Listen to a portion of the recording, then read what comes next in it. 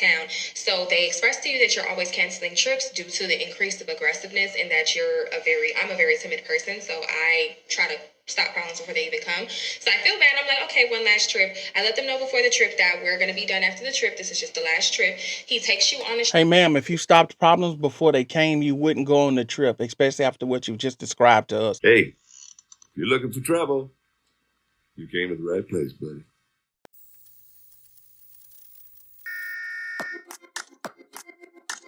Hey, welcome back, Motivation Nation. It's your host, Al Gordon. Look, we're going to get right into this. This lady had a bunch of signs that she should have paid attention to. But let's let her tell the story, and then we're going to give our commentary. Let's get into it. Hey guys, put a finger down challenge. So put a finger down if you have an ex that lasted a year, 6 months serious, the other 4 months pretty much situationship. They love bombed you pretty much the whole time. You got 15K shopping sprees every single month, including your bills paid, car note, everything. You didn't have to work. They sat you down. They tattooed your name twice on their body, your nickname and your real name. They slowly but surely were getting increasingly aggressive, started to put you in hella drama with their child's mother to the point where you had to get into an altercation with their child's mother, and they helped you fight said child's mother. Okay, let me stop right there. Why would you allow somebody to do that? Like, that doesn't even make sense to me. They sat you down where you didn't have to work, and this is your boyfriend? You're going to quit your job for some shopping sprees? I don't know. This doesn't make sense to me. All right. So this is already uh a red flag by my estimation. I'm already going with the red flag. But anyway, let me let her go on.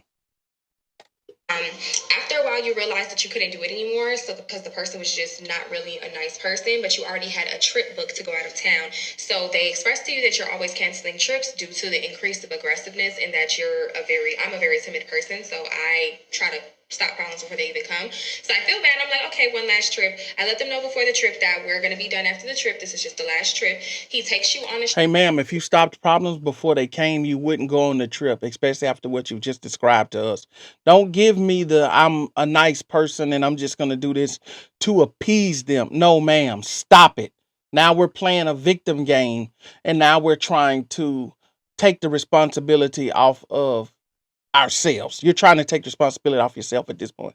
No, you have an opportunity to stop this now if it's really that bad. But let's let her go on, because this story just don't make sense to me. shopping spree before said trip. Gets aggressive again, decides to hold your items, and threatens that you will not get said items back unless you go on the trip. They want to make sure you go on this trip. So you go on this trip, you get on the trip, first 2 days, well, really first day, you're leaving the airport, you get a rental in your name. You check in the Airbnb, you go to get something to eat. On the way to get something to eat, you get into a heated argument with that person, and they pretty much they get aggressive. They throw cranberry juice at you. You just got your lashes done, so your eyes are burning. You're swerving in the street, so you end up parking at the nearest gas station. You run in the gas station because you're literally freaking terrified. And you assume that the clerk at the gas station, seeing the problem, would call the police, but they don't, and you don't play police games, so you yourself don't call the police. While you're in the gas station hiding. Wait a minute, ma'am. Stop.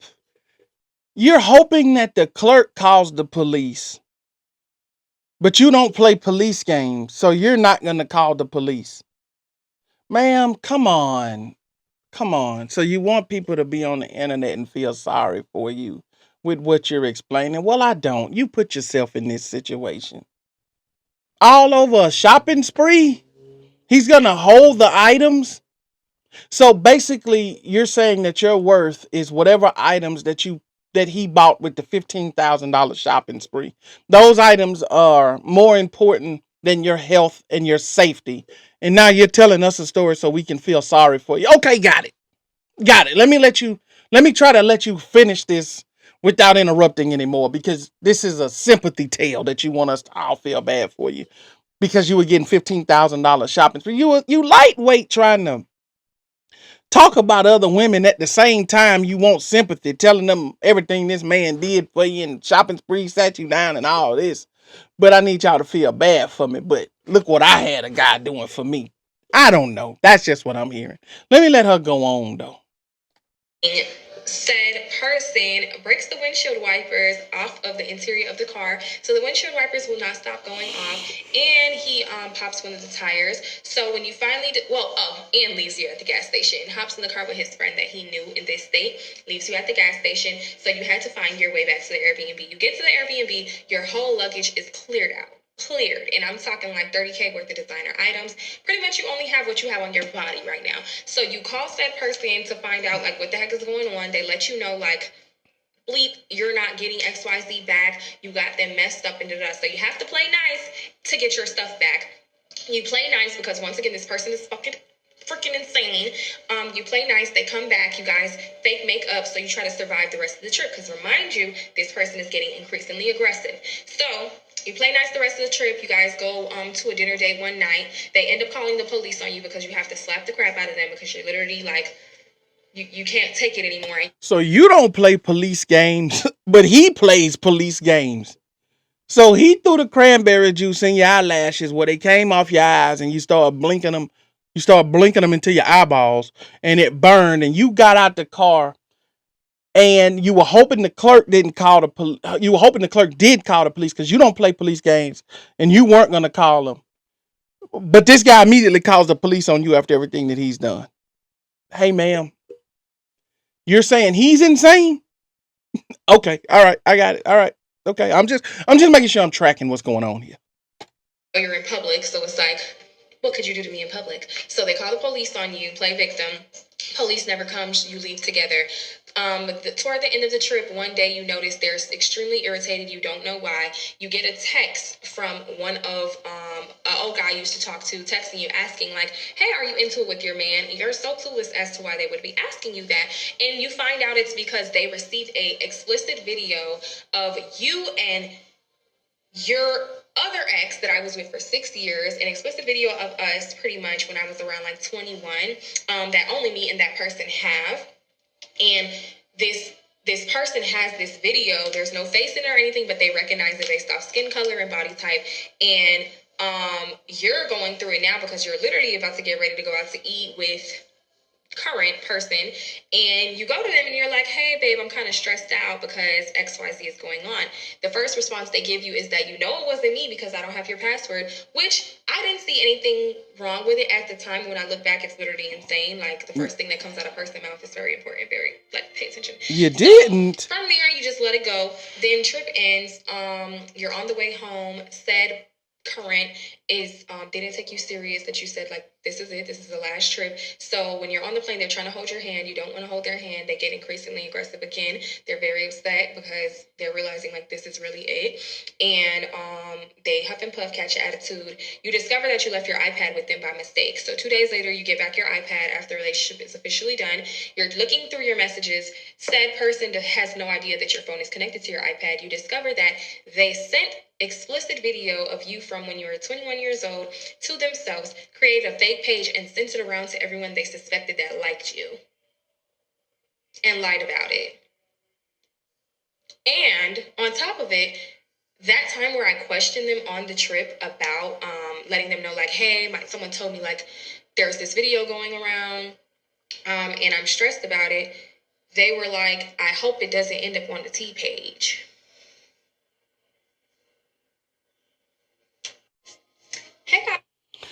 Look, if in fact this story is real and it's not something that AI created and she's reading it, I like to go with what the people are saying. So it's a real story. There's never a justification to send out a video of someone else in an intimate situation. There's never justification for that. Okay, so what we're not going to we're gonna most definitely condemn that. We're gonna condemn that. But what I will say is this: you're dealing with a person who is very self-centered, very egotistical, very narcissistic, and I feel like you are partially that way as well.